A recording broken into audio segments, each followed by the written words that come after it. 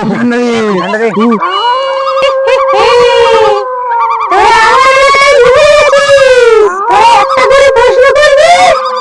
আমি যদি উত্তর না দিতে পারি তাহলে তোরা বুঝে গেছিস, আর আমি যদি উত্তর দিয়ে দিই তাহলে তোরা আমার বুঝে গেছিস। এই, তুই প্রশ্ন কর। প্রশ্ন, আচ্ছা, না না না না না না, বানান করো। এই, তুই এটা কেমন প্রশ্ন করলি? এই, এবার তুই প্রশ্ন কর।